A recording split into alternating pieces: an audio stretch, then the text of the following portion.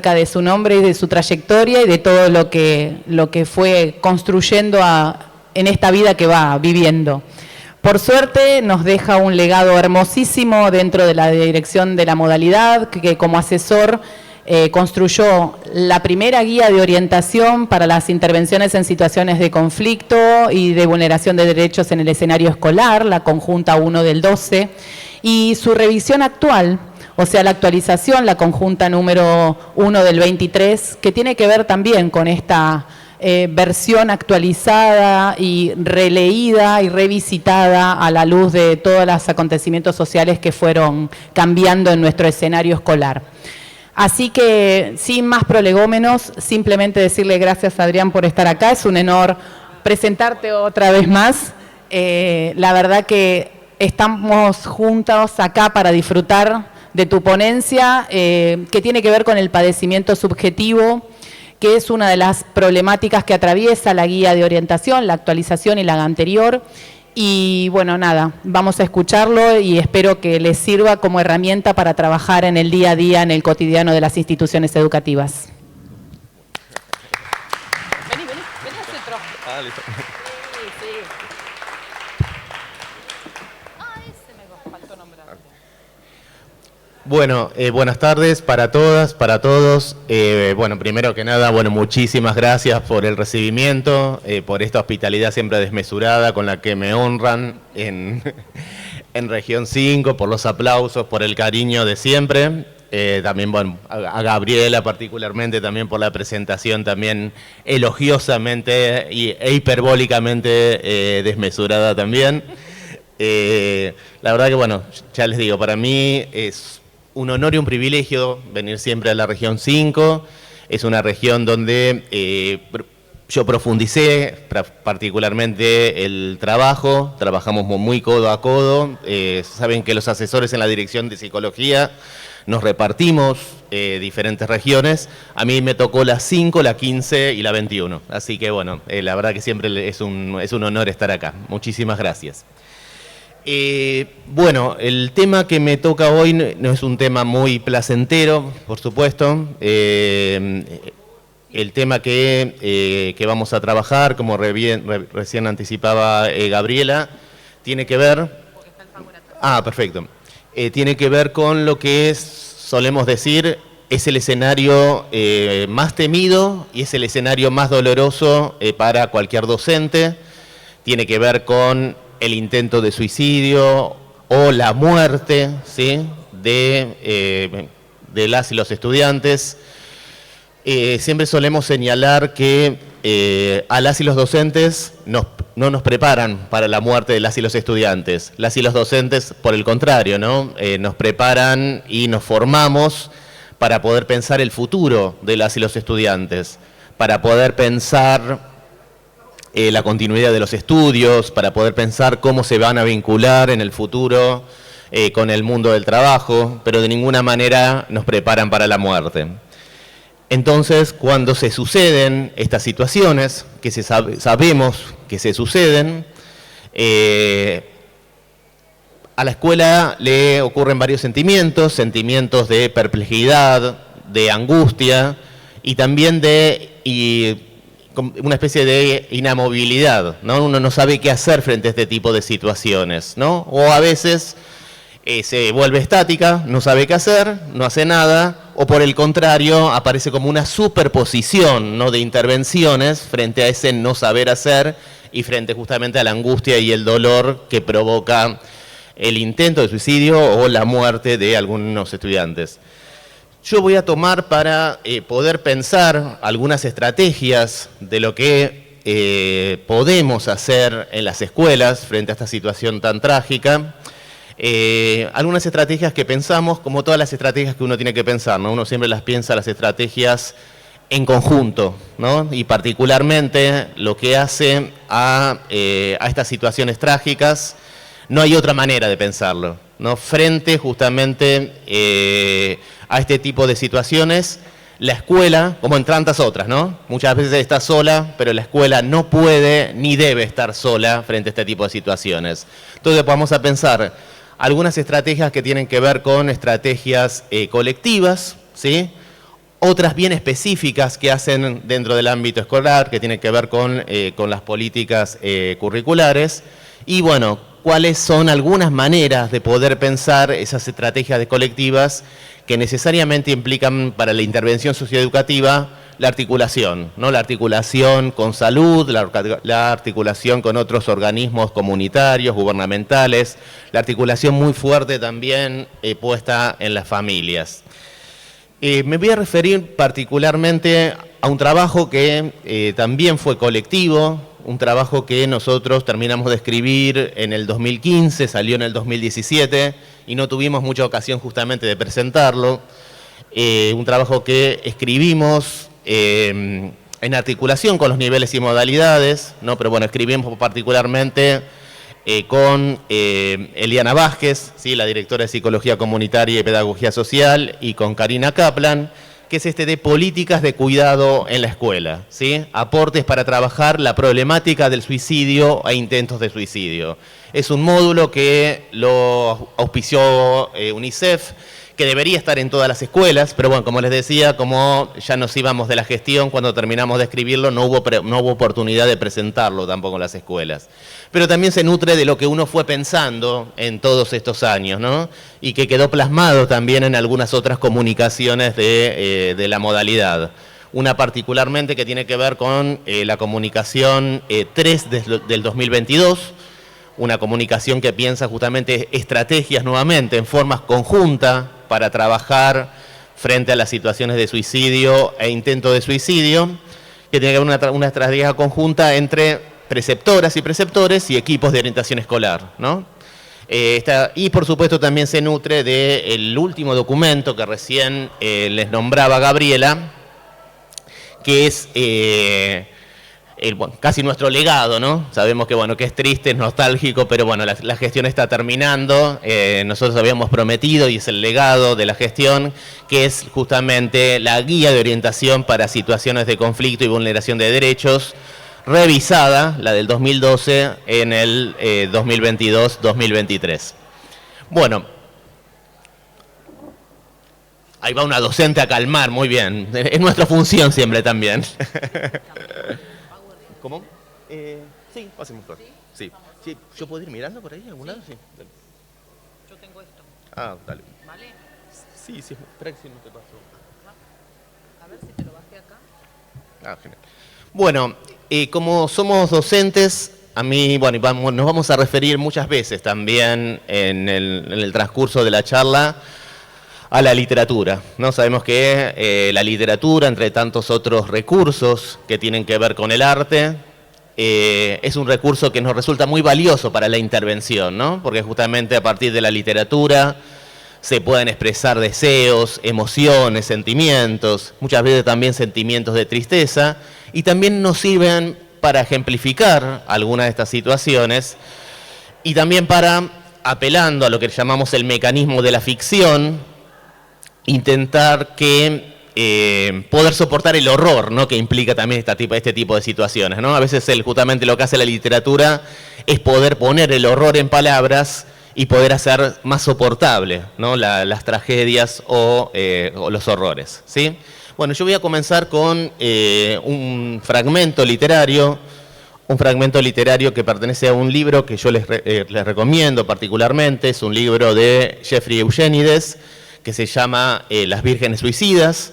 Tiene una versión también fílmica dirigida por Sofía Coppola, que también es muy buena, ¿sí? Pero bueno, les voy a hacer, este es el fragmento que tomamos del libro de Jeffrey Eugenides, ¿sí? Mira qué precisión, y justo terminó ella de bajar el... No, es la precisión. Gracias. Bueno, dice el fragmento: el doctor Armorson le cosió los cortes de las muñecas y a los 5 minutos de la transfusión la declaró fuera de peligro. Tras acariciarle la barbilla le dijo: ¿Qué haces aquí, guapa?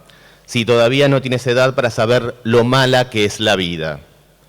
Fue entonces cuando Cecilia dijo en voz alta lo que habría podido considerarse su nota póstuma, aunque en este caso totalmente inútil porque seguía con vida. Está muy claro, doctor, que usted nunca ha sido una niña de 13 años. ¿Sí? Este es el fragmento que seleccionamos. ¿Y por qué seleccionamos este fragmento? Porque algo que nos parece muy importante, casi primordial, para poder pensar las intervenciones socioeducativas, es recuperar, para poder problematizar el suicidio o los intentos de suicidio, esa dimensión enigmática que Freud le asignó al suicidio. ¿Sí? Freud dijo que el suicidio o las causas del suicidio son un misterio, son un enigma. Un enigma que solo lo conoce aquel que se mató, ¿sí? Que se lo lleva a la tumba, ¿sí? Inclusive Primo Levi, que posteriormente también va a ser un suicida, va a señalar en algún momento que en algún punto ni siquiera el propio suicida sabe por qué se suicida, ¿sí? ¿Por qué recuperar esta dimensión enigmática del suicidio es tan importante? Porque muchas veces, debido a la angustia que produce estas situaciones, se pierde muchísimo tiempo en la intervención preguntándonos la causa, preguntándonos el porqué de este suicidio, ¿no? Preguntándonos algo que, como ya lo decía Primo Levi, como lo decía Freud, no solamente es un enigma, sino que no tiene sentido, ¿no? La muerte voluntaria. Entonces, bueno, se pierden muchísimos tiempo preguntándonos por qué ocurrió esto, cuáles son las causas. Comienzan a circular, inclusive en la comunidad, muchísimos rumores, chismes, ¿no? Respecto de por qué ocurrió lo que ocurrió. Entonces, para lo que es la intervención socioeducativa, para lo que es la intervención profesional, es primordial esto, ¿no? Poder pensar siempre, el suicidio es un enigma, ¿no? El suicidio es un secreto, ¿sí? Que quizás se lo haya llevado justamente aquel que cometió el suicidio. Así como decimos que el suicidio es un enigma, también lo que sabemos es que no tiene una sola causa, ¿sí? Que justamente hay que recuperar entonces la dimensión enigmática del suicidio, pero también lo que llamamos la dimensión multicausal, ¿sí? No se suicida por una persona porque le fue mal en el examen. Igual nos vamos a referir a eso. Eso no quiere decir que la escuela no tenga nada que hacer con respecto a este tipo de situaciones, ni que no tenga ningún tipo de responsabilidad. Pero tampoco se suicida porque lo dejó el novio o porque lo dejó la novia, sino que para justamente un intento de suicidio o un suicidio influyen diversas causas o diversos factores. Factores que tienen que ver con lo subjetivo, factores que tienen que ver con lo psíquico, con lo social, con lo cultural, con lo económico. Confluye todo eso, ¿no? Y lo que implica, por supuesto, es un largo camino de sufrimiento, ¿no? Pero justamente recuperar esto también, ¿no? Es un misterio, es un enigma, pero si lo que sí podemos saber es que no tiene una sola causa, ¿no? Sino que es un fenómeno complejo y es un fenómeno multicausal. Y finalmente, otro tercer punto de partida tiene que ver con en esto de buscar las causas, casi siempre aparecen justamente esto que llamamos culpables o chivos expiatorios. Y ahí también se pierde un montón de tiempo, ¿no? Bueno, otros justamente de los puntos de partida para poder pensar la intervención socioeducativa es señalar que no buscar culpables ni chivos expiatorios. Nadie es culpable de esto, ¿no? Eso es una confluencia de factores, ¿sí? Ahora, comienzan a circular rumores, ¿no? Está casi bajo la forma de chismes de por qué se suicidó esa persona. Para lo único que nos tiene que servir esos rumores es para ver para dónde orientamos las políticas de cuidado y la intervención socioeducativa. Es decir, si se dice que el joven, por ejemplo, se suicidó porque lo dejó la novia, hay que focalizar una política de cuidado y hay que intervenir particularmente por la novia, porque además de la tristeza, del dolor de haber perdido al novio, tiene además todo el peso cultural de toda la comunidad que la está acusando, ¿no? Entonces poder trabajar eso, ¿no? Para lo único que nos tienen que servir esos rumores que comienzan a circular en la comunidad en cuanto se sucede un suicidio.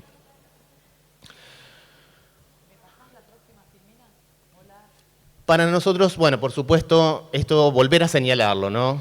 La intervención, sabemos que muchas veces nos encontramos solos en las escuelas y solas en las escuelas frente a este tipo de intervenciones, pero nunca debe ser en soledad.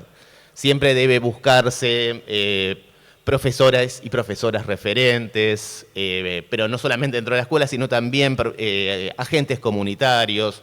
A veces sucede y a veces no sucede, a veces el sector salud funciona bien, a veces el servicio local, ¿no? Ir viendo, pero bueno, frente a este tipo de situaciones, la escuela no puede ni debe estar sola, la intervención tiene que ser en red, ¿no? Y cuando hablamos de red, por supuesto estamos hablando de una red que funcione, ¿no? Pues también siempre señalamos que la red también puede definirse como un conjunto de agujeros, y a veces ocurre también, ¿no? Bueno, una red donde uno puede articular y puede hacer anclaje, ¿sí?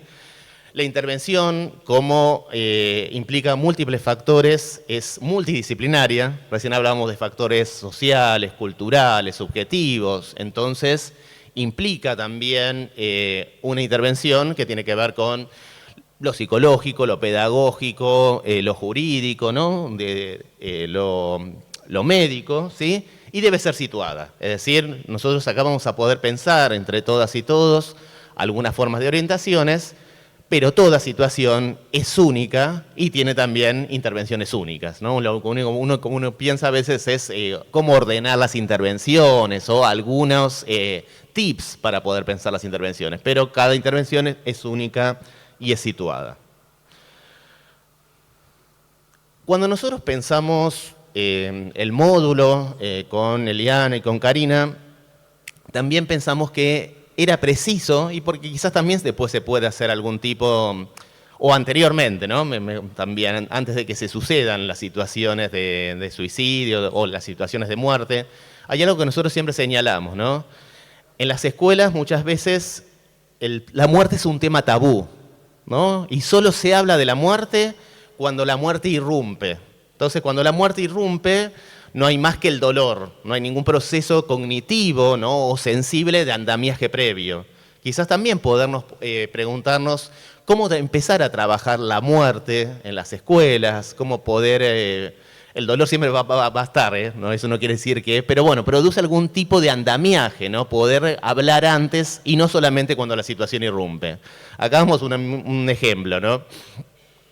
Hay algo en lo que venimos insistiendo en la presentación de la guía también, y es que el primer encuentro, ¿no? Entre docentes y familias no puede ser una situación de conflicto, ¿no? Y que muchas veces es lo que ocurre, ¿no? Que las familias solamente el primer contacto que tienen con la escuela o es una situación de conflicto, señalarle con el dedo aquello que supuestamente las familias hicieron mal. No puede ser, ¿no? Tiene que haber un andamiaje previo, tiene que haber encuentros previos. Lo mismo pensamos en relación con la muerte, ¿no? Poder producir andamiajes previos, conocimientos previos, sensibilidades previas, ¿no? Que impliquen hablar por la muerte antes que la muerte irrumpa. Porque por lo menos ya se puede retomar algo de lo que ya estuvo hablado con anterioridad. Y para nosotros fue muy importante acá poder pensar cómo hay una dimensión social muy fuerte también con respecto al suicidio. El suicidio es algo muchas veces vergonzante, que se suele esconder también bajo la alfombra. Poder pensar e intelectualizar también el suicidio, ¿no? Hacer como una especie de raconto, ¿no? Abuelo de pájaro, que el suicidio no significó lo mismo para todas las sociedades, ni en todo momento, y ni siquiera para todas las personas, ¿no? Entonces yo voy a señalar solamente algunos hitos que tienen que ver con esto. Por ejemplo, si uno piensa en la Grecia antigua, desde el helenismo y hasta el siglo II, prevalecían dos posturas, y fíjense que dos posturas tan paradójicas, ¿no? Legitimidad para los ciudadanos podían practicar legítimamente el suicidio, ¿sí? Porque eran dueños de sus vidas, pero condena para los esclavos. Fíjense, estaba condenado a los esclavos, como los esclavos no eran dueños de sus vidas, tampoco podían disponer de la vida y matarse, ¿sí? Por poder pensar estas cuestiones también, ¿no? Es importante para poder ir viendo. Platón, por ejemplo, lo admitía el suicidio en tres situaciones, ¿sí? En sentencia de muerte, ¿sí? Probablemente estaba pensando en su maestro, en Sócrates, ¿no? Que estaba condenado a beber la cicuta, ante una enfermedad, ¿sí? O ante una condición miserable. Después tenemos a los posaristotélicos, ¿sí? Entre ellos los estoicos. Para los estoicos, por ejemplo, el suicidio era un sinónimo de independencia, para los epicúreos era un sinónimo de prudencia, Y es recién, y eso va a pesar muchísimo en las sociedades occidentales tan influidas por el cristianismo, a partir de San Agustín, ¿sí?, que empieza esa condena cristiana, ¿no?, a las situaciones de suicidio. Como soy sociólogo, no puedo soslayar, ¿no?, este aporte. Por supuesto, es un aporte que uno puede criticar muchísimo, ¿no?, que es el aporte de Emil Durkheim, ¿no? Emil Durkheim casi es considerado, ¿no?, como siempre, ¿no?, las disciplinas tienen el padre, pero no tienen la madre, ¿no? Considerado el padre de la sociología, ¿no? Y su obra más importante es justamente El suicidio, ¿no? Es una obra de 1897. Ya les digo, podemos criticarle muchísimas cuestiones.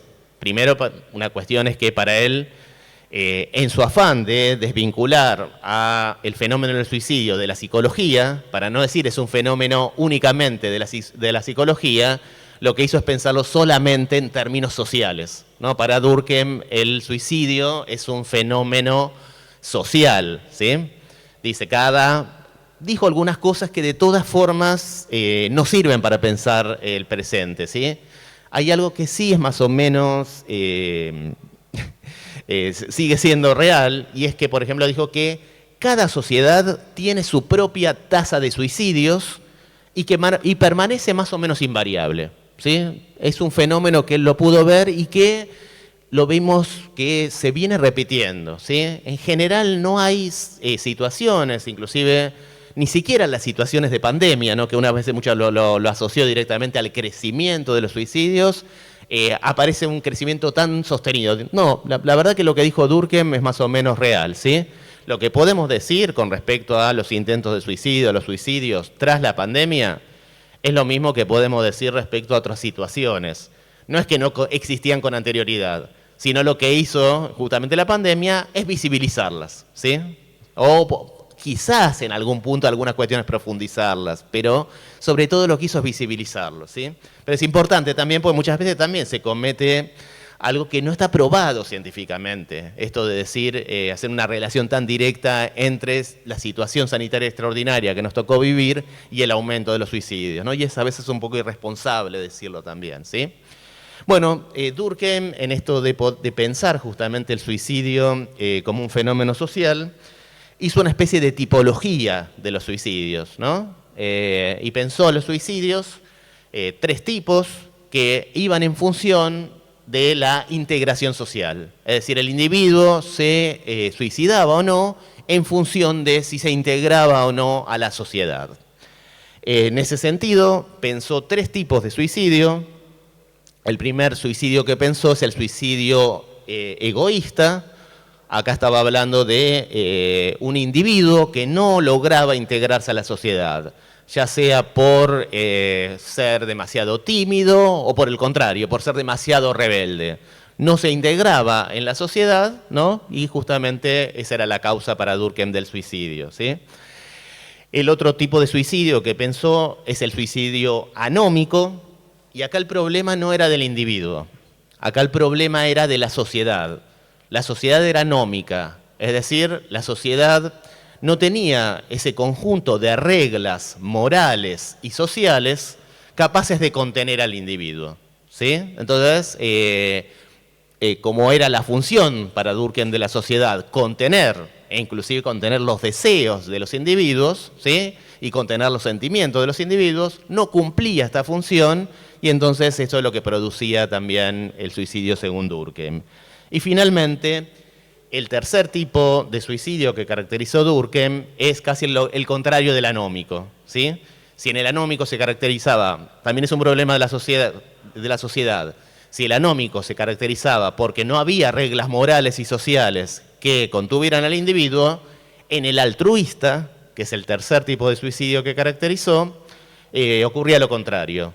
El individuo tenía demasiadas reglas morales y sociales y no había espacio, no solamente para el desarrollo de su individualidad, sino también que era más importante las reglas de la sociedad que su propia vida. Es decir, podía dejar su propia vida en función de esos ideales de la sociedad. Estaba pensando en sociedades muy fuertemente religiosas, en sociedades muy fuertemente militarizadas, donde dejar la vida, ¿sí?, era un valor en sí mismo y entonces no implicaba justamente que la vida tenía individual menos valor.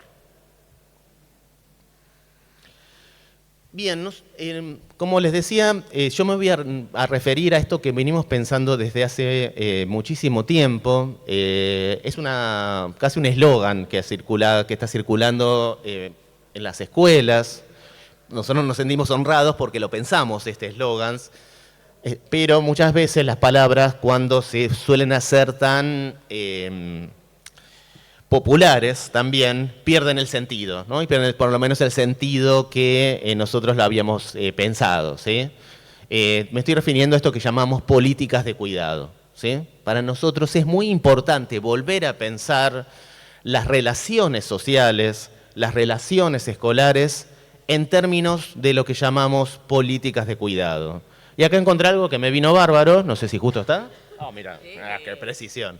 Que es una especie de graffiti, de diseño realizado por un artista, estaba justo cerca de mi casa, así que me vino bárbaro, pero viene muy a cuento de lo que cómo nosotros pensamos esta cuestión del cuidado, ¿sí? Para nosotros esta afirmación es importantísima. Para nosotros el cuidado es revolucionario, porque ¿cómo estamos pensando el cuidado? Como una forma, ¿sí?, de relación social basada en el cuidado de las personas, como una forma de nuevo pacto social a lo Rousseau. Hay que hacer un nuevo acuerdo social, ¿sí?, en donde el Estado tiene que estar, por supuesto, también, basado en el cuidado de las personas, ¿sí? Y esto, como es una nueva forma de pensar la sociedad, nos parece revolucionario. Ya me voy a referir también a esto. Cuando digo cuidado, primero, vamos a ir a qué implicaría el cuidado, ¿no?, en estos términos. El cuidado en estos términos implica pensar en términos del cuidado como una dimensión de la ciudadanía. Es decir, como un conjunto de derechos y obligaciones que tenemos todas y todos como ciudadanos, pero que también tiene el Estado para con nosotros.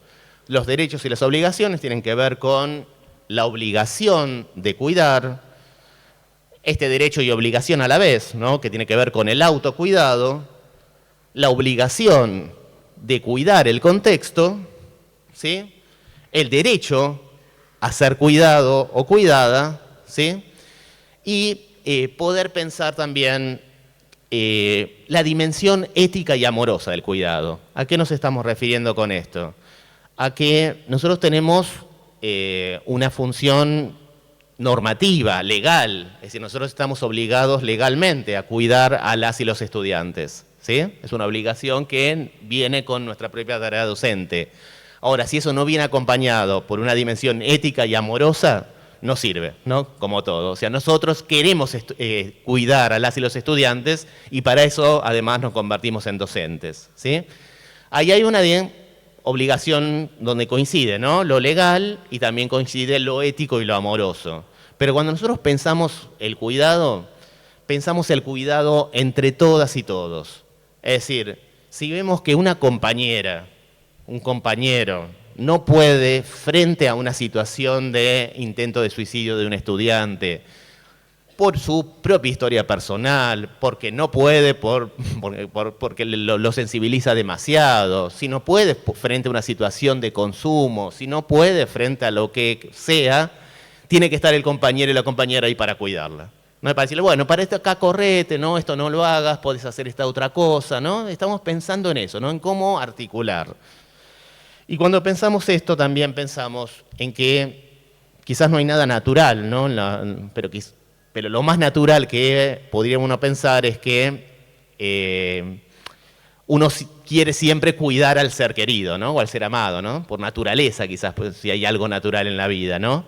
Pero cuando estamos pensando en esto, estamos pensando no solamente en cuidar al ser querido, sino también en cuidar al extraño. Por eso esta forma de pensar el cuidado es revolucionario y no nos parece utópica. Hace unos años nosotros habíamos instrumentalizado, como me estoy retirando, ya estoy viejo, vuelvo a pensar todo lo que uno hizo, ¿no? Pero habíamos pensado, ¿se acuerdan las técnicas de reanimación cardiopulmonar en las escuelas? Que iban los muñecos en las escuelas, ¿no? Los chicos de quinto y de sexto año, las chicas aprendían, las docentes, ¿no? Cuando nosotros pensamos enseñar las técnicas de reanimación cardiopulmonar, pensamos primero que había algo real y claro. Ante una situación de muerte súbita, el 75% de esas vidas podían ser salvadas. Pero había un plus ahí.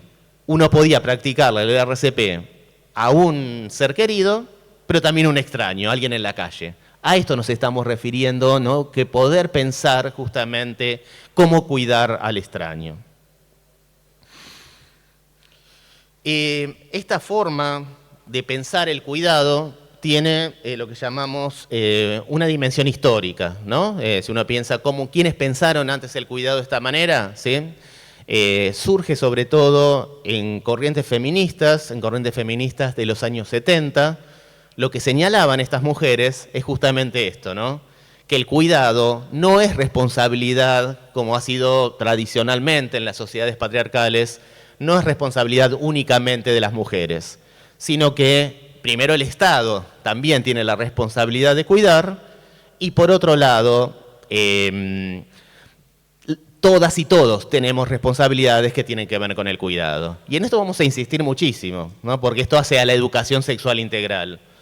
Hace unos meses yo daba una charla de educación sexual integral con una compañera y cuando terminó la charla, mi compañera me dijo, me voy rapidísimo porque hoy lo dijo ella así, no, le encajé todo el día a mis hijos, a mi marido. Ahí en lo que dijo ella hay una idea que persiste, ¿no? La idea de que es la mujer la única responsable de los hijos y las hijas, ¿no? Y uno puede pensar que por más que uno milita la ESI y sigue también, todavía estamos lejos de poder pensar que no solamente son las mujeres las responsables del cuidado, ¿no? Entonces poder pensar esto, y no parece casual que esta forma de pensar el cuidado la hayan pensado corrientes feministas. Y por otro lado, bueno, por supuesto hay focos de las políticas de cuidado.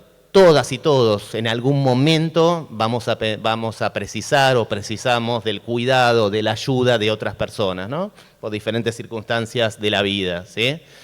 Es bueno también pensar en estos términos, ¿no? Porque pensar en estos términos es pensar en términos de las fragilidades de las vidas. Todos somos vidas frágiles, ¿no? Precisamos siempre de la ayuda del otro. Yo siempre también trato de pensar no en términos de empoderamiento, ¿no?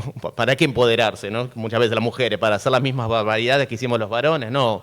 Poder pensar justamente fragilización de las vidas, que también hace, ¿no? A este tipo de cuestiones, ¿no? Entonces todos y todas vamos a precisar en algún momento del cuidado, de la ayuda de otros, pero por supuesto hay focos, ¿no? Los focos de las políticas de cuidado tienen que ver con niños, niñas, adolescentes y jóvenes, con las personas mayores, con las personas con discapacidad y con las mujeres.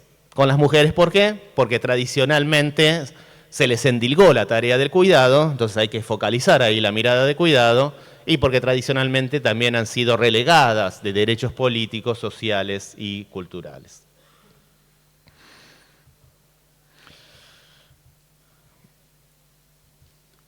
Por supuesto que bueno, esto va a implicar un acuerdo de cuidado que se puede comenzar con pequeñas cosas, un acuerdo de cuidado que puede empezar en el aula, que puede extenderse después a la escuela, que puede extenderse a estas reuniones. Nosotros y nosotras podemos conformar una comunidad de cuidado. En este sentido, no me parece utópica. Y esa comunidad de cuidado, ¿no? Y lo que más hay que cuidar en esa comunidad, en esa aula, va a tener diferentes características también, de acuerdo a las características del aula, de los docentes, de las familias, de los estudiantes, ¿sí? ¿Qué implica cuidar al otro? Y esto también nos parecía muy importante como punto de partida. Implica aceptar al otro como igual y como diferente a uno mismo y a una misma.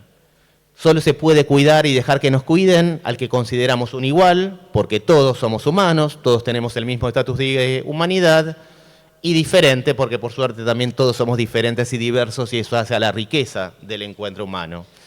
Implica el compromiso, que desprovisto de toda discriminación, de todo prejuicio y de todo racismo, iguala mi vida con la vida de todos y todas, de cualquier otro, ¿sí? Esto, ¿por qué digo que es lo contrario del racismo? Porque lo que hace el racismo es establecer una cesura, una separación de tipo biológica entre mi vida y la vida del otro, donde parece que la vida del otro vale menos, ¿no? Entonces solo podemos cuidar y dejar que nos cuiden con esta doble característica que es la de los derechos humanos, ¿no? La de igualdad y de la diferencia. Implica un desarrollo de concepciones y prácticas ligadas al cuidado de sí, de los otros y del contexto, pero si fíjense, esto que también qué bello, ¿no? Como imagen del mundo, ¿no? La vida propia aparece siempre ligada y comprometida a la de todas y todos. Es un compromiso humano, pero es una posibilidad única y política de poder ayudar, cuidar y ser cuidado por otros y por otras.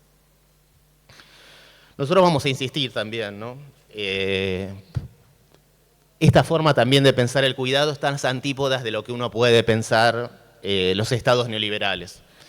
Si por algo se caracterizan los estados neoliberales es por señalar que hay cuidados de los que no tiene que responsabilizarse el Estado.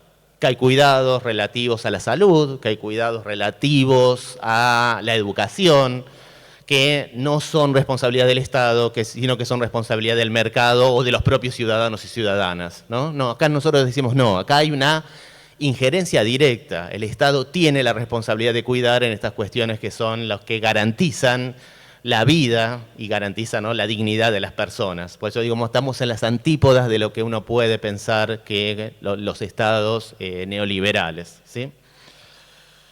Ese es entonces uno de los puntos de partida, ¿no? Poder pensar en términos de políticas de cuidado. Sabemos que cuando irrumpe una situación de estas características, los lazos tienen que estar más fuertes que nunca, compañeras y compañeros, los lazos con los sectores que pudieron articular, del sector salud, de organizaciones comunitarias, de lo que fuera, ¿sí? Y también, y nosotros como Estado también, para nosotros era muy importante, ustedes tienen un respaldo también, como que es la guía de orientación, ¿no? La guía de orientación también, ¿no?, es una herramienta política para cuidarlos a todas y todos ustedes, ¿sí? El otro punto de partida, el otro paradigma del cual nosotros partimos para poder pensar justamente estas situaciones tan trágicas de intentos de suicidio y de suicidio, tiene que ver con lo que nosotros llamamos la prevención inespecífica. Es decir, uno puede, y vamos a seguir discutiendo y vamos a seguir analizando, para nosotros el suicidio no se puede prevenir directamente, ¿sí? También pensar en esos términos aliviana mucho, porque muchas veces frente a una situación de suicidio, ¿no?, cualquiera que le tocó vivir una situación así, de alguien próximo, de un estudiante, ¿no?, lo que fuertemente aparece es la culpa, ¿no?, y el peso de la culpa, ¿sí? Ahora vamos a ver, eso no implica que no haya responsabilidades y no haya cosas para hacer, pero para nosotros el suicidio no es prevenible directamente, es decir, no hay, y sobre todo lo que nosotros pensamos, en términos de docentes, no tenemos herramientas para prevenir directamente o específicamente el suicidio. Lo que sí podemos desarrollar es un conjunto de prevenciones o estrategias preventivas que quizás de manera indirecta estén salvando una vida, ¿no? Es esto lo que podemos hacer, ¿sí?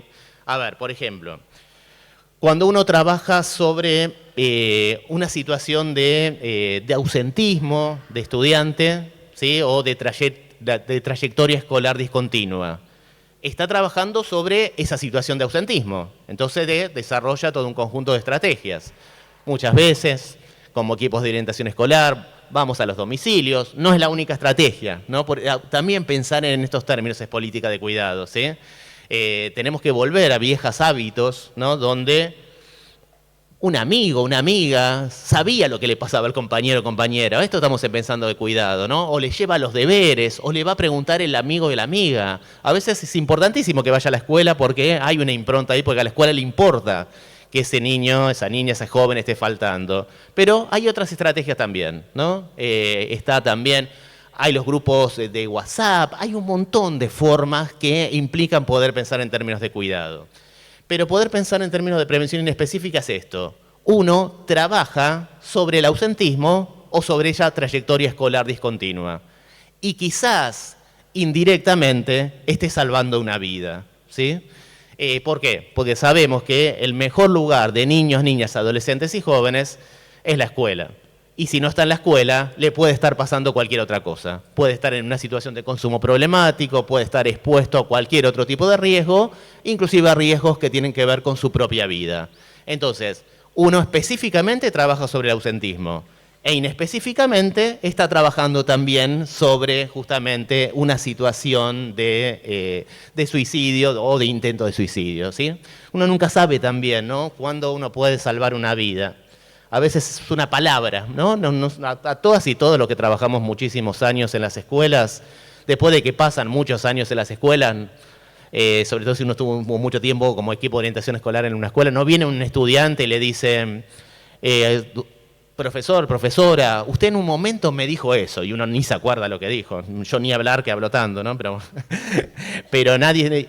Pero esa palabra me salvó, ¿no? Me hizo pensar que podía estudiar, me hizo pensar que podía tener este lazo, Uno nunca sabe cuál es esa palabra que salva, ¿sí? Esto también es importante. Una mirada, ¿no?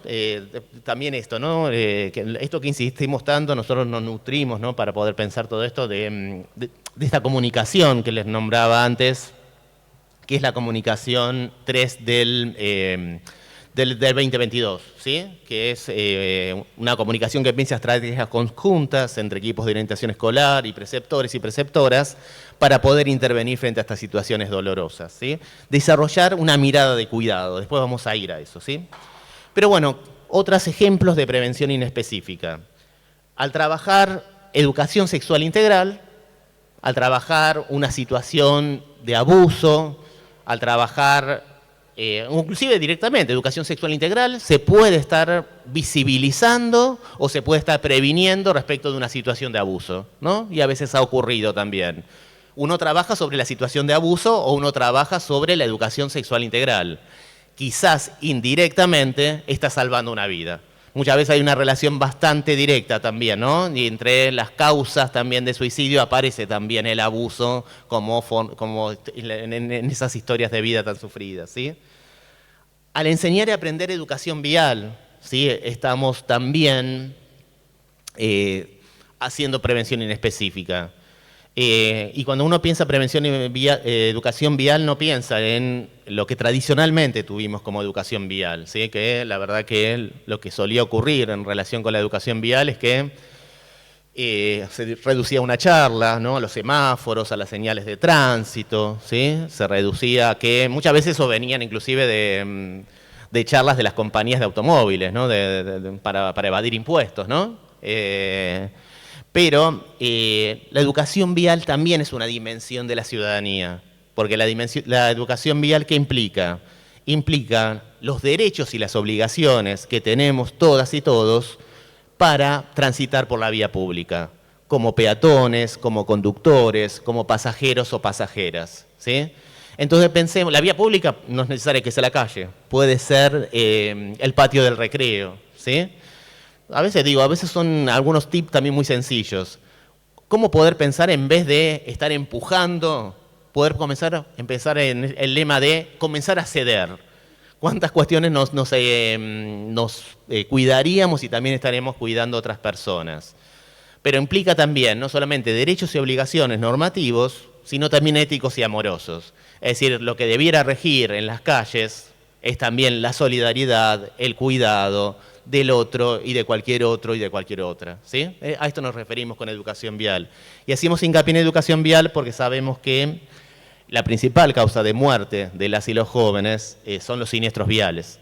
Y esos siniestros viales están muchas veces relacionados con el consumo problemático de sustancias, ¿no? Un joven o una joven se toma todo, ¿no? Agarra la moto o agarra el auto y por supuesto se estrella contra lo primero que pasa. Quizás sea lo más cercano también a un intento de suicidio. Por eso pensamos también particularmente la educación vial, ¿sí? pensamos entonces, bueno, quedó claro lo que es prevención específica, ¿no? La prevención específica, perdón, estoy volviendo loco a la gente. Sí, esperen. ¿Vas con los mitos? Sí, sí, ahí está. Perdón. No. No estoy cuidando acá al compañero. Esto que, bueno, el desarrollo también de una mirada de cuidado para nosotros es muy importante, ¿sí? Creo que, bueno, que ya lo conté acá, pero el público se renueva, dicen, ¿no?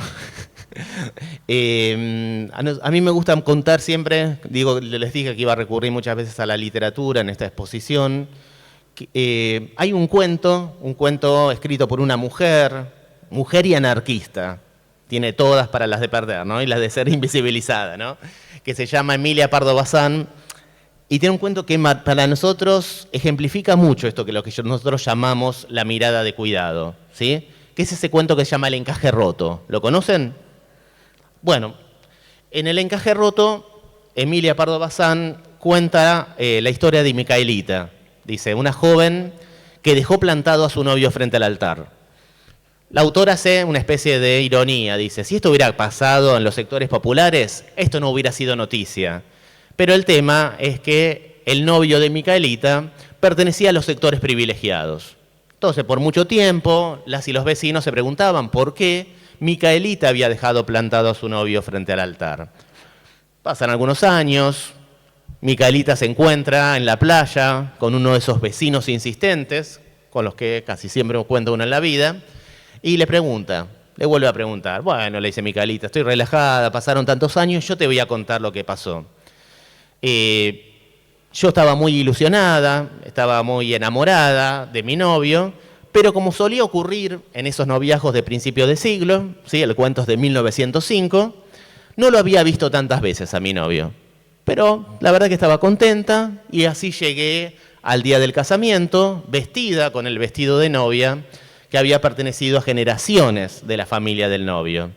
Entonces va avanzando por la iglesia y mientras va avanzando por la iglesia, una parte del vestido se engancha con un saliente de un banco de la iglesia, ella hace un movimiento brusco y una parte del vestido se rompe. Ella comienza a mirar para todos lados y ve en el novio, que sí lo había advertido, una cara de rabia, una cara de crispación, ¿no? De enojo así contenido, que es que ese gesto de crispación, de rabia, de bronca del novio, es el que cuando el sacerdote pronuncia la clásica fórmula nupcial, le hace decir a Micaelita un rotundo y enérgico no.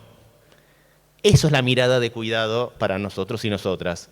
Esa mirada que Micaelita tuvo con respecto a sí misma. Ella pudo ver en esa cara de rabia, de crispación, de enojo frente a una nimiedad, lo que le podía ocurrir si se casaba con el novio, ¿sí? O después eso lo hubiéramos llamado violencia por razones de género, feminicidios, pero sabemos que antes que una situación de violencia de género se convierta en algo, en un golpe, hay toda una serie de señales premonitorias, ¿no? Hay anticipaciones, hay insultos, hay celos desmedidos, ¿sí? Hay celos, hay inclusive cuestiones que se disfrazan bajo lo que llamamos los mitos románticos. Me tiene tantos celos porque me quiere muy intensamente, o me dice cómo me tengo que vestir porque me está cuidando. Bueno, alertar sobre estas situaciones cuando una relación está adquiriendo tintes violentos es desarrollar en las y los adolescentes una mirada de cuidado. Entonces, es pensar esto. Pensar una mirada de cuidado en las escuelas es desarrollar miradas anticipatorias antes que una situación dolorosa o lo que fuera se transforme en una tragedia o se transforme en una catástrofe. Esto es lo que nosotros llamamos miradas de cuidado, ¿sí? La mirada de cuidado hay que tenerlo sobre todas y todas, sobre las y los estudiantes, sobre las familias, sobre las y los auxiliares, sobre las y los compañeros. Pero bueno, hay focos también de donde desarrollar las miradas de cuidado. Por supuesto que los focos, acá nombré solamente algunos, jóvenes con intentos de suicidio anteriores, ¿sí? Jóvenes que hayan sufrido siniestros viales o accidentes reiterados, Esto que vemos a veces jóvenes en las escuelas secundarias, ¿no? Que aparecen cada rato con la pierna enyesada, con el brazo enyesado, ¿no? Esos accidentes reiterados siempre implica una forma de descuido de los adultos y de descuido personal. Hay que prestar particularmente atención a eso, que se dice nada más son accidentes. No, no son solo accidentes, ¿no? Tiene que ver con un conjunto de cosas donde hay que focalizar la mirada de cuidado. Y acá, bueno, jóvenes en épocas de exámenes, ¿sí? Recién decíamos, no hay una causa de suicidio. El joven no se va a suicidar porque le fue mal en el examen, ¿sí? Es un camino de sufrimiento. Ahora bien, eso no implica que la escuela no tenga la responsabilidad de cuidar también a las y los jóvenes en situaciones de exámenes. Entre tantas otras cuestiones, ¿no? Lo que tiene que uno revisar, como en las escuelas e institucionalmente, es cómo comunica, cuándo lo comunica, a quiénes lo comunica, ¿sí? A ver, si sabemos que está pasando una situación de duelo, quizás no es el mejor momento para tomar esos exámenes, por ejemplo, ¿no? Si sabemos que está pasando una situación familiar difícil, quizás la mejor manera de comunicar a la familia no es una nota el viernes a la tarde, ¿no? Y además hay formas humillantes también, ¿no? Que se siguen reiterando en las escuelas de cómo se comunica un examen, ¿sí? Yo hice la primaria en el siglo XIX, pero no quiere decir que algunas de estas prácticas también persistan, ¿sí? Había una maestra que cuando entregaba a los exámenes que estaban mal, le decía directamente Vil Capullo, Ayohuma, ¿sí? Las batallas perdidas, ¿sí? Bueno, esto que suena, que parecería que ocurrió hace mucho tiempo, sigue ocurriendo, se sigue humillando a las y los estudiantes. ¿Cómo comunicar? ¿Qué decir? ¿Cómo desarrollar estrategias que tengan que ver con un proceso de enseñanza y de aprendizaje, aun cuando le haya ido mal en el examen? Es también cuidar y realizar esa prevención inespecífica, ¿sí? ¿Vamos bien? Más o menos. Más o menos. Bueno, me apuro. A esto me voy a apurar, sobre todo porque en general los conocen. Hay que revisar estas cuestiones que tienen que ver con los mitos. Los mitos son falacias, ¿sí? Hay muchos mitos que corren alrededor del suicidio. Solamente voy a nombrar algunos. Están totalmente negados por la Organización Mundial de la Salud, ¿no? Las personas que hablan acerca del suicidio no se hacen daño, pues solo quieren llamar la atención. No hay una afirmación que se suele decir sobre el suicidio, ¿sí? Bueno, sí, por supuesto quiere llamar la atención. Quiere llamar la atención para que desarrollemos más estrategias de cuidado. No quiere decir que porque hable del suicidio no pueda intentar suicidarse o consumar el suicidio, ¿sí? Otra falacia, otra mentira. Quien lo intenta y no lo logra no quiere en verdad suicidarse, ¿sí? Otra mentira, otra falacia. Ahí hay que focalizar también la mirada de cuidado. Quien lo intentó no vuelve a intentarlo. El suicidio siempre impulsivo y sin advertencia, otra falacia. Y otra, quizá la falacia, una de las más tristes, los niños no se suicidan. Sí, los niños también se suicidan, ¿sí? Ha habido situación. Sí, sí, sí. Sí. No, por favor, por favor. Bueno, y finalmente, el otro eje al que me voy a referir rápidamente, después podemos pensar entre todos y todas otras cuestiones que tienen que ver con esto, es esto que también en algún momento lo anticipé. Lo que hace en los diseños curriculares y el suicidio, ¿no? O sea, cómo trabajar también el suicidio en las escuelas, ¿sí? ¿Se tiene que hablar o no se tiene que hablar de suicidio, ¿no? Y acá también, nuevamente, no hay una receta única. Hay momentos y momentos también, ¿no? Y uno también ahí tiene que desarrollar una mirada de cuidado. Acá es situado, ¿no? Cuándo se puede, cuándo no sería pertinente, ¿no? Y hay una mirada muy sensible y cuidadosa de las y los estudiantes. Sí, tenemos algo claro, ¿no? Que la escuela es un lugar privilegiado para poder trabajar y para poder hablar sobre emociones, sentimientos, deseos, ¿no? Y también para hablar sobre esas cosas que obsesionan, ¿no? A las y los jóvenes. Entonces, ver también que en algún momento sí se puede trabajar. Y acá poder pensar también una serie de tips, ¿no? ¿Cómo trabajar el suicidio en las escuelas? Como trabajamos todo en las escuelas, ¿no? De manera cuidada, pero también con un criterio científico. Es decir, no trabajar el suicidio de una manera romántica o heroica, no ensalzar al suicidio, recuperar la dimensión enigmática del suicidio, ¿sí? Es decir, no decir que Alfonsina, por ejemplo, se suicidó porque... primero no se suicidó también, yo siempre lo reitero, digo porque hace también a la cuestión y a todos los mitos que se hacen frente a alguien que se suicida, ¿no?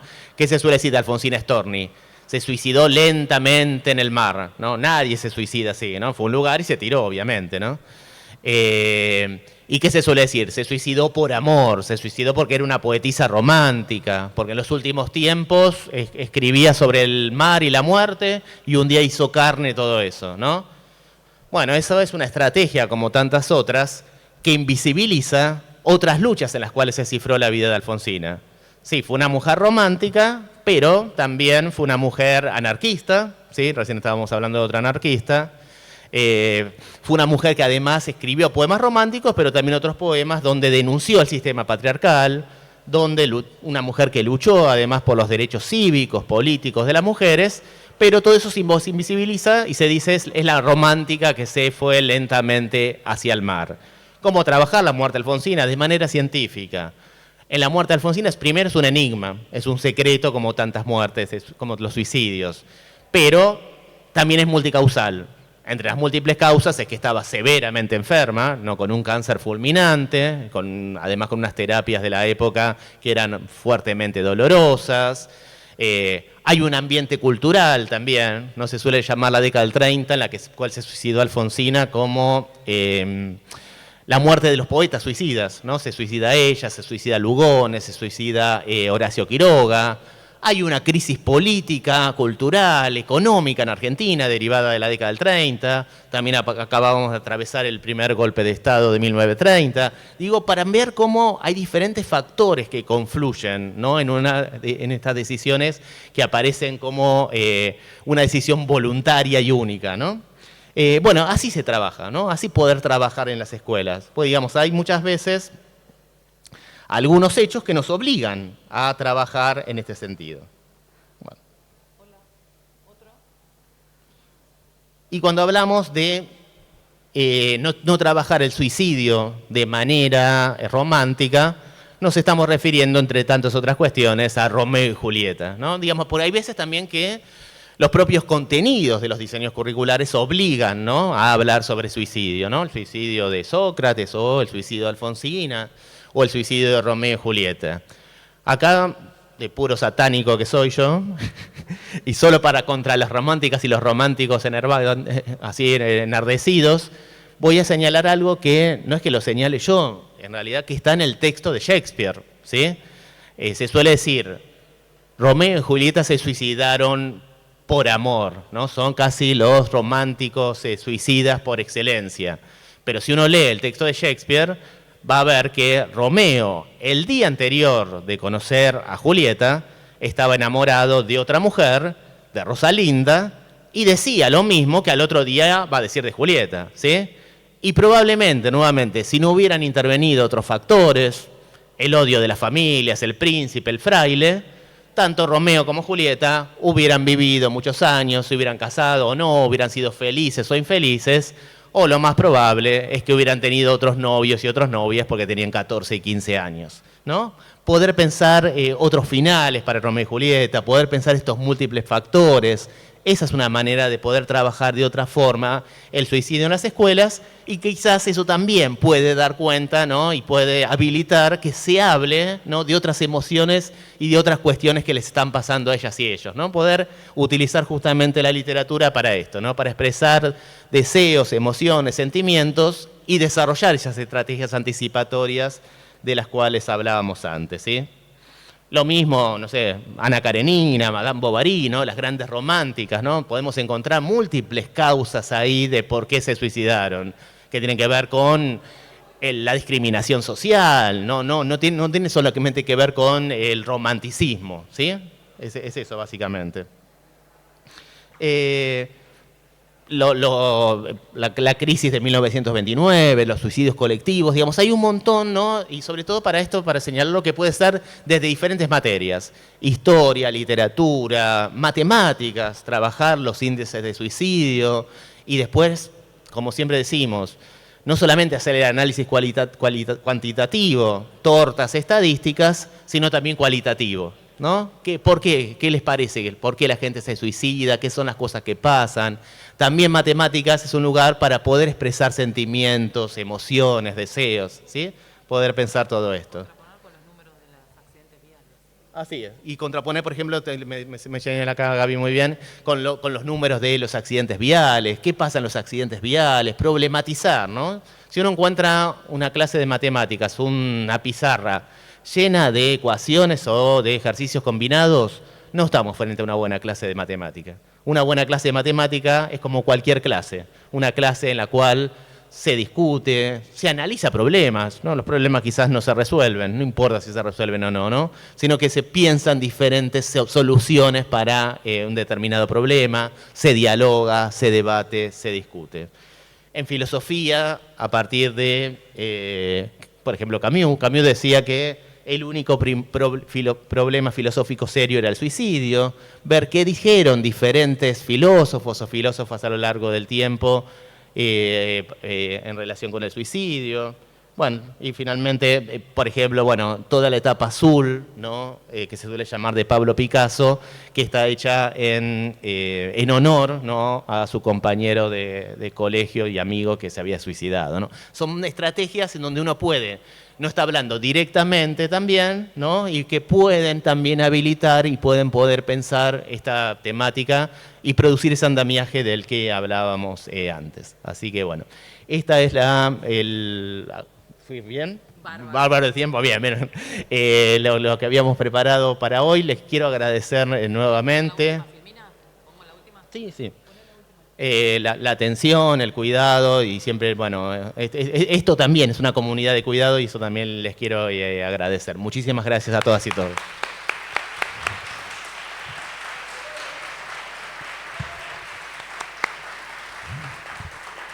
Bueno, gracias por la atención. Ahora abrimos un espacio para el intercambio con Adrián. Lo dejamos tomar un cachito de agua. Retomo algunas cuestiones, algunos conceptos importantes que se dijeron aquí de las políticas de cuidado, de la construcción de las políticas de cuidado, que va de suyo, de cada una y de cada uno de nosotros, los que habitamos las escuelas. Ay, gracias. Así. Miren qué lujo. ¿Ahí va? Ahí va. Ahora tenemos 2 micrófonos y claro, lo compartimos con el público. Simplemente como para retomar algunas cuestiones, lo que está aquí es el módulo de suicidio que hacía mención Adrián. Lo pueden bajar de la página del ABC porque está colgado allí, lo mismo que la guía, la actualización de la guía de orientación para la intervención en situaciones conflictivas y de vulneración en el escenario escolar. También están colgadas en el ABC, son de consulta y deben ser de consultas permanentes, pero a mí me quedó muy claro esto, ¿no? De la construcción colectiva, en conjunto, colaborativa de las políticas de cuidado en cada uno de los espacios educativos. Abrimos para preguntas. ¿Quién quiere hacer alguna pregunta? Gracias. No, vos, por favor. ¿Quién quiere? Vamos, no sean tímidos. Estuvieron hablando, ¿eh? Estuvieron hablando, pero ahora... ¿Alguien quiere hacer alguna pregunta? O reflexión, ¿no? También una reflexión, sí, claro. Sí, acá. Sí, un comentario. Buenísimo. Hola, ¿qué tal? Buenas tardes. No, quería compartir con todos, digamos, que a veces cuando llegan este tipo de... en las escuelas, en los equipos, intentos, por ahí autolesiones, pero en este caso, una de las cosas que, por ejemplo, uno va haciendo es con los alumnos, con los estudiantes, es, en principio, poder diferenciar esta cuestión de la interrupción abrupta de un sujeto en un intento de suicidio logrado, y otra cosa es cuando no hay intención voy a decirlo así, porque hay un montón vos dijiste multicausal, pero que por ejemplo alguien, nos enteramos que se murió. No es lo mismo, porque uno por ahí trabaja con los chicos que se detiene el proyecto de vida, que hay algo ahí que tenemos que ir como trabajando, que no sabemos qué pasó, pero no es lo mismo. En principio, esa diferencia me parece importante porque uno habla ahí del proyecto de vida, de lo que puede hacer, mira lo que puedes hacer, etcétera, y de repente no es tan como, no sé, como algo como que te desborda o te saca de eje, digamos, sobre todo en la población de los chicos, ¿no? Y de las chicas. Bueno, eso. No, muchas gracias. Sí, y a ver, inclusive, ¿no? Ahí en estas situaciones, qué importante haber trabajado antes también, ¿no? Situaciones, ¿no? Y después, bueno, sí, a ver, en ambas situaciones sí lo que va a aparecer y que hay que trabajar y dar tiempo al duelo. Y bueno, y trabajar la ausencia, digamos. Es importante, ¿no?, que esa persona ya no está ahí, ¿no? Y eso nos pesa a todos, ¿no? Esto que solemos decir, ¿no? Cuando falta alguien, falta una parte de nosotros y nosotras mismas. Esto también es pensar en términos de comunidad y en términos de políticas de cuidado. Sí, sí. Antes de pasarle el micrófono, quiero agradecer la presencia de Paula y en tu lugar pido que por favor agradecer a la municipalidad y en tu lugar a Sergio y todo el trabajo articulado que estamos haciendo en este congreso. Quiero dejar constancia de este trabajo. Ahora entra, Paulita, dale, sentate que tenés un espacio ahí. Dale, vení que sos de la modalidad aparte, Paula. Vení que somos amigos.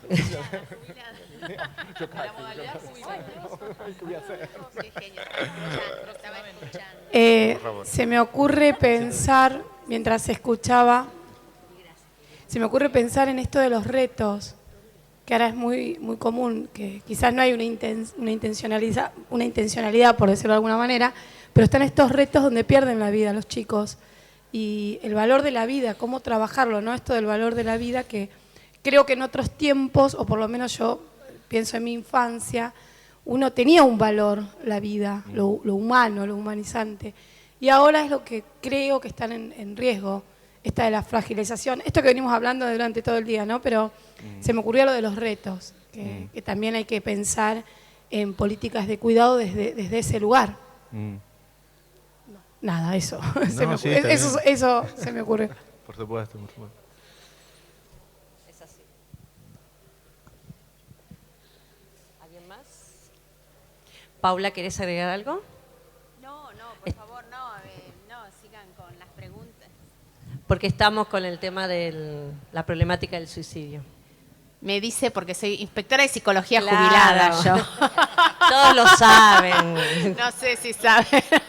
Creo que todos lo saben. Ya lo saben. Bueno, agradecer obviamente a Adrián, es un especialista siempre en estas temáticas y también especializado en cuestiones de género, así que ahí compartimos un camino de cuidado y de enseñanza, que son dos términos inseparables, como siempre decimos. Así que gracias, Gaby, también por siempre traer a Adrián aquí a nuestra casa. Y algún comentario, sí, quizás alguna situación que ustedes hayan atravesado también dentro de su aula o en la escuela, que acá podamos encontrar un espacio para poder conversarlo. Me parece genial lo de los mitos porque se sigue reproduciendo, ¿no? Que quien lo dice es porque quiere llamar la atención, que los niños y niñas no se suicidan. Y bueno, quienes estuvimos siempre trabajando con el sufrimiento, sabemos de todas las situaciones que hay y quizás, como decía ahora la colega, la compañera, es una situación de mucha incertidumbre, ¿no es cierto?, a nivel individual, a nivel social, y genera ciertas cuestiones a futuro que ahí hay que tener y duplicar el cuidado también, ¿no? El abrazo que puede dar la escuela a cada uno y a cada una de nuestros niños, niñas y jóvenes. Bueno, así que nada, esta mañana cuando hablaba Verónica Sí. sobre justicia emocional, ¿no? Sí. Como un espacio donde siempre alojar a las jóvenes y a los jóvenes y escuchar. Nosotras fuimos formateadas, hablo en primera persona, fuimos formateadas en otro tiempo y en otro espacio. Y ese tiempo era un tiempo distinto, cuando Maru recién decía y hablaba en mi infancia, el valor de la vida. Bueno, cada uno tiene construido un valor que corresponde al valor de la vida, que quizás no condice con lo que tienen construido nuestras pibas y nuestros pibes que transitan por las aulas. Así que, digamos, la invitación es, por un lado, a pensar proyectos de vida, por eso trae los aportes curriculares desde los diseños y desde dónde trabajar, preventivamente, desde lo inespecífico, pero sí poniendo palabra y sí escuchando o dando el espacio a escuchar a las jóvenes y a los jóvenes. Me parece que eso es el reto que nos tenemos que llevar de hoy desde acá, ¿no? El desafío a realizar.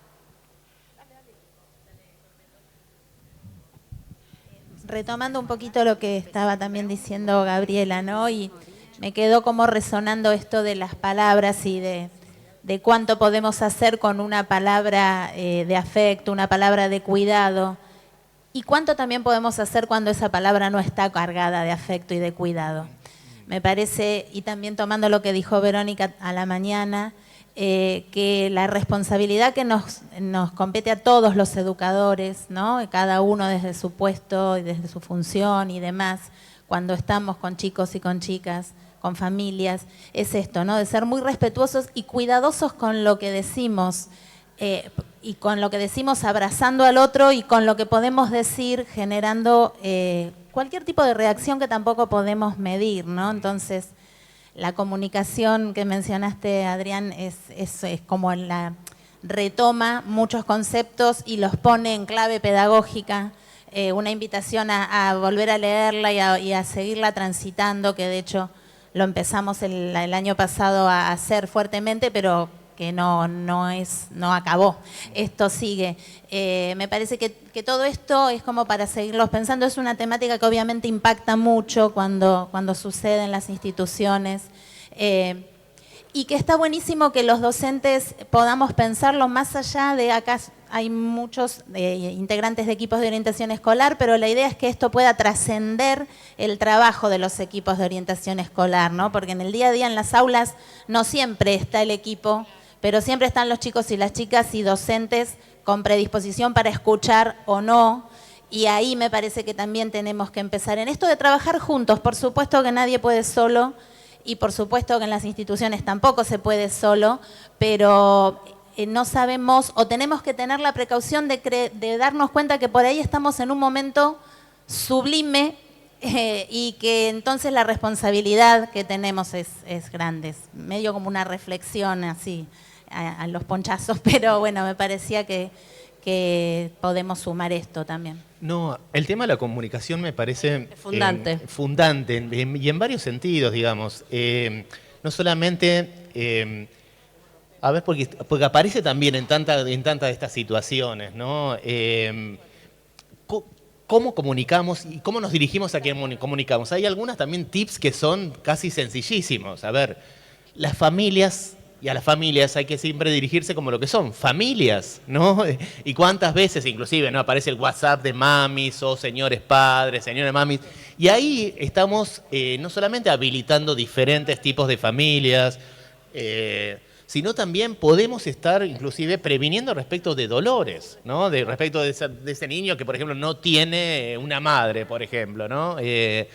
De esas familias que son ensambladas, de dos padres, dos madres, de familias uniparentales. Las familias son siempre familias, ¿no? Eso que aprendimos desde la ESI, pero que muchas veces desde la comunicación, desde los estados administrativos, ¿no? Inclusive desde la forma en que se organizan los diseños curriculares, ¿no? Yo he visto que todavía parecería que dejan un espacio para cada uno de los componentes de la familia, de esa familia tradicional, ¿no? ¿Cómo llamamos a las y los estudiantes? ¿Cómo llamamos? Digamos, también debería ser fundante preguntarles cómo quieren ser llamados el primer día. Porque quizás alguien no quiere ser llamado por el primer nombre, porque le recuerda también viejos dolores, o porque quiere ser llamado por otro nombre, digamos. Esto que nosotros pensamos, claro. Y los apellidos, mira, los apellidos pensaba, ¿cuánto también se puede no herir o no herir a alguien? Por ejemplo, un niño adoptado que no quiere que por más que en el documento figura el apellido, ¿no? de del padre biológico o de la madre biológica, no quiere seguir siendo ese llamado de esa manera, ¿no? Y cuánto podemos herirlo y cuánto podemos dejar de herirlo frente a ese tipo de situaciones, ¿no? Eso que rige, claro, eso que rige que uno lo pensó primero frente a las situaciones en donde el sexo biológico no coincide con el género autopercibido, poder pensarlo en todo tipo de situaciones, ¿no? Pero la comunicación es importantísima, ¿no? Perdóname, compañero, sí.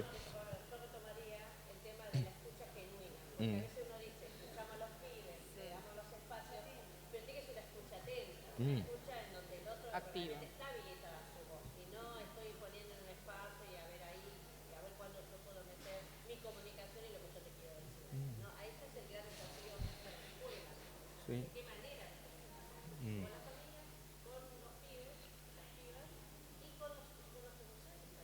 Tal cual.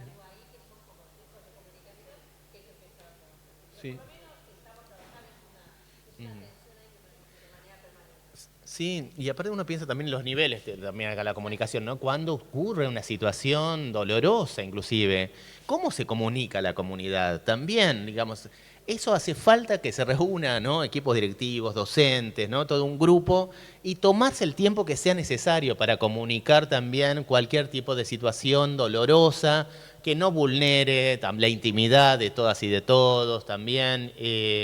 Que sea sensible respecto a lo que le está pasando a cada uno y a cada una, qué se le dice a los medios, es muy importante, ¿no? La dimensión de la comunicación, la verdad que requeriría como otro encuentro aparte, ¿no? Sí. Si no hablo yo sola. Hola, ¿qué tal? Hola, ¿cómo estás? Yo quería hacerte una pregunta. ¿Desde cuándo uno puede hablar en las escuelas de la muerte? Porque es algo que los chicos lo traen, digamos, ¿no? Fallece un abuelo, y lo traen no cuando están en quinto, sexto grado, ya lo traen desde que están en primer grado, ¿no? Y uno a veces en esa situación como que quedás así, ¿qué hago? ¿Continúo con esto? ¿Lo planteo? Porque hay familias obviamente que no lo hablan, en realidad no estamos acostumbrados, como vos bien dijiste, hablar sobre la muerte. Y es como siempre un tema tabú, porque obviamente estar escuchando el dolor del otro a veces no es, nos impacta a nosotros mismos, ¿no? Y no sabemos en ese contexto cómo ponernos. Esa sería mi pregunta, ¿no? ¿En qué momento? Sí, no, pero no, tampoco voy a dar una respuesta única. Y acá también, ¿no? Es muy situado, ¿no? Como quieras.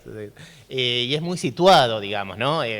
Cuando la otra persona quiere hablar. Porque a veces también, frente a este tipo de situaciones, casi hay un imperativo, ¿no? Esto que yo decía, ¿no? A veces sucede una situación de suicidio, ¿no? Y viene gente que los niños, los jóvenes, no vieron jamás en su vida del sector salud, inclusive del sector educativo, y los incita a que tienen que hablar. La verdad que a veces uno quiere hablar y a veces no quiere hablar, y también a veces el duelo se puede tramitar de otras maneras, y hay que respetar también el silencio, ¿no? de todas y de todos, ¿no? También algo que hemos dado siempre como tips, quizás apoyado, ¿no? por equipos interdisciplinarios, no por el EDIA o por el COF, pero que haya un referente frente a este tipo de situaciones de alguien que los niños, las niñas, las jóvenes ven todos los días después, ¿no? También para poder trabajar las situaciones de dolor, ¿no?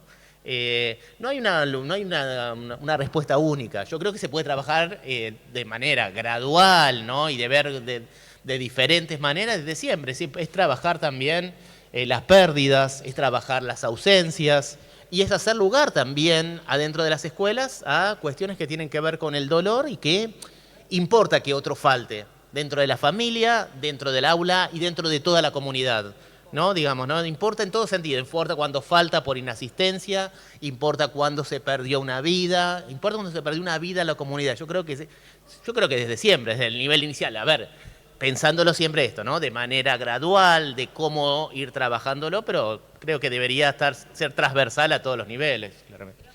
Hay una pregunta más.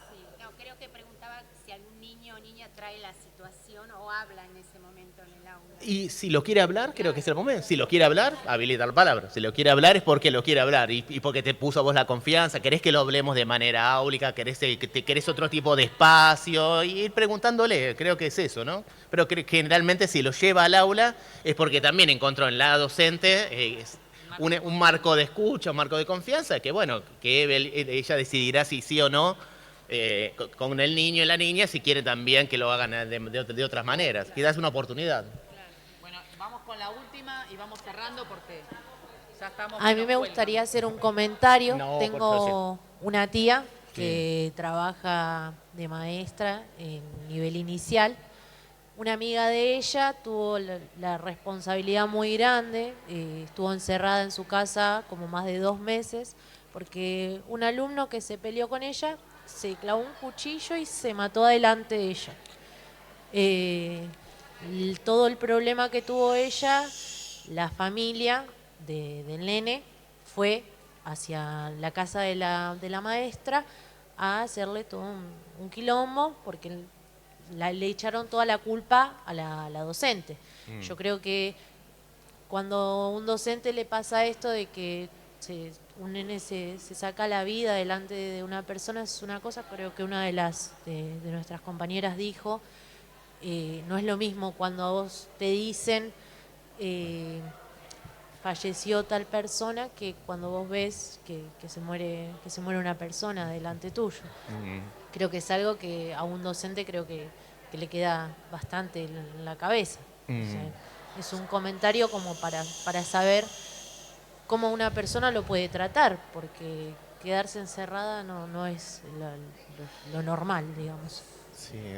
No, a ver, esa situación que planteás casi no solo está traumática, no pertenece casi al ámbito de lo impensado, ¿no? Casi, ¿no? De que alguien se suicide delante de otra persona y de lo terrible, de lo horroroso, ¿no?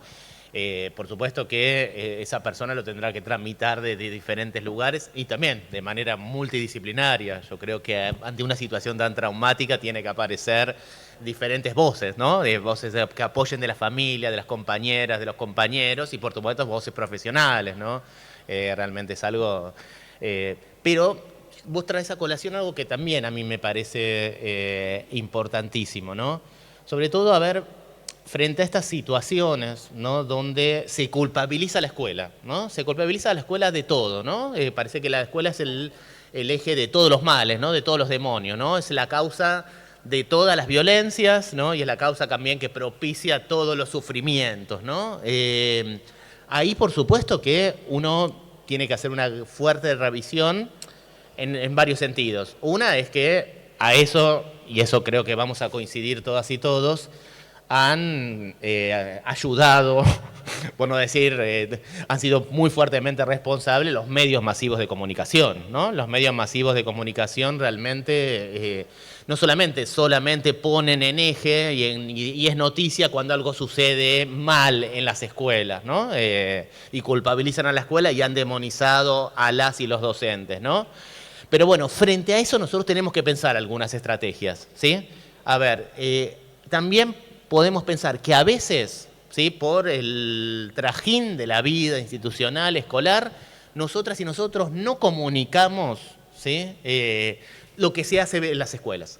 No vamos a llegar a Canal 13, ¿eh? No vamos a llegar a Canal 13. Pero ahora, y justamente en estos tiempos, hay otras estrategias también. Estrategias que tienen que ver con las redes, estrategias que tienen que ver, a veces apoyan, a veces no lo sé también, ¿no? Los medios de comunicación locales, ¿no?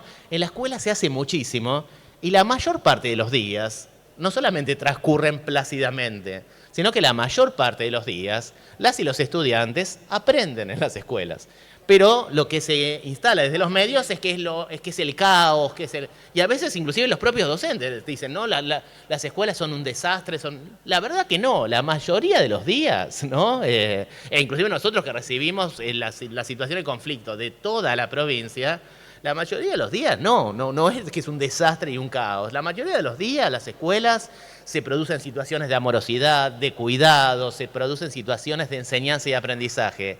Lo que pasa es que no hemos encontrado la manera de comunicarlos, ¿no? Pero tenemos... La sangre. ¿Cómo? Vende más la sangre. Vende más no vamos a salir en Canal 13 y Canal 13 va a insistir siempre, por decir un canal, no quiero demonizar a ningún canal, pero siempre va a insistir en eso. Pero tenemos que ver la manera de cómo comunicar a las familias también ese tipo de cuestiones, ¿no? Y la segunda es esto que insistía muchísimo antes, ¿no? Una situación de conflicto, e inclusive la sumamos ahora, una situación dolorosa no puede ser la primer intercambio que tenga entre escuela y familia. Y eso también ocurre, ¿no? Y ahí sí tenemos que hacernos responsables. ¿Por qué cuanto uno más se aleja del nivel inicial, por ejemplo, no se festejan los cumpleaños? Digo que es porque son instancias en donde se puede invitar a las familias. Son 15 minutos, no van a ir todas las familias, van a ir algunas, pero se va haciendo un lazo comunitario. Otras van a mandar una torta o van a mandar facturas. ¿Cómo? No, por eso, pero inclusive también apropiarnos de Internet. Vos sabés que inclusive esto que señalas de Internet, las y los estudiantes fueron más hábiles que nosotros. Porque si uno mira las redes, no suben solamente y no suben prioritariamente las peleas. Lo que suben a las redes, ¿sí?, tiene que ver muchas veces con esas situaciones en donde sintieron que aprendieron en la escuela. ¿Sí? Si uno pone el nombre de la escuela, ahora hace mucho que no lo hago, pero antes lo ponía en YouTube, ahora no sé si utilizan YouTube porque vieron que van cambiando a medida que nosotros vamos avasallando, ¿no? Pero uno ponía en YouTube y los chicos subían situaciones que tenían que ver con haber hecho algo artístico, haber hecho estos videos que lo hacen en 5 minutos, ¿no? Tiene que ver con situaciones placenteras. Ellos aprendieron antes cómo comunicar eso que se hace, ¿sí? Pero las escuelas tienen que estar abiertas a las familias de otra manera. Yo creo que se ha cortado el lazo y que ahí es muy importante para también cortar ese lazo, esa cuestión que tiene que ver con la culpabilización, ¿no? Hay algo de ahí que nos tenemos que hacer cargo, estoy casi seguro. Una película que se llama Messier Lazare, no sé si la... No la vi. Ah, no, perdón, antes de que termines, para la colega, hay una, bueno, la salud mental es la agenda de hoy en día, realmente es algo muy importante. Que todos y todas tenemos que abordar y también cuidarnos, que lo habrá dicho Adrián seguramente, entre todas nosotras y nosotros como compañeros. Hay una película, por esto que vos traías, Messier Lazare se llama, es una película francesa que cuenta acerca del suicidio de una docente adentro del aula, ¿no? Y cómo eso impacta en los alumnos y tiene que ver con todo lo que traía Adrián de la comunicación, porque quedó como un silencio allí que no se sabía cómo abordar.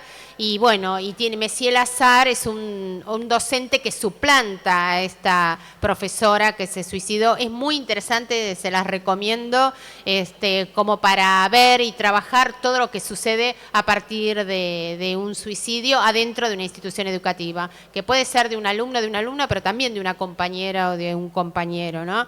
Entonces, bueno, nada, esa es una recomendación, es una película francesa. Sí, allá hay una pregunta. ¿Qué? Ah, fíjate en Netflix, en plataforma Netflix. Si no, escribime y te lo paso, pero en Netflix, fíjate. Eso es comunidad, ¿vieron? Bien. Eso es comunidad. Vamos a dar un fuerte aplauso a Adrián Melo. Vamos a ir cerrando la jornada de la conferencia de las 3 de la tarde, invitándolas e invitándolos que a las 17:30 comienza un nuevo espacio en distintos lugares de la Casa de la Cultura con distintas ponencias y esto sigue hasta las 9 de la noche, así que las y los esperamos. Gracias por... Por favor.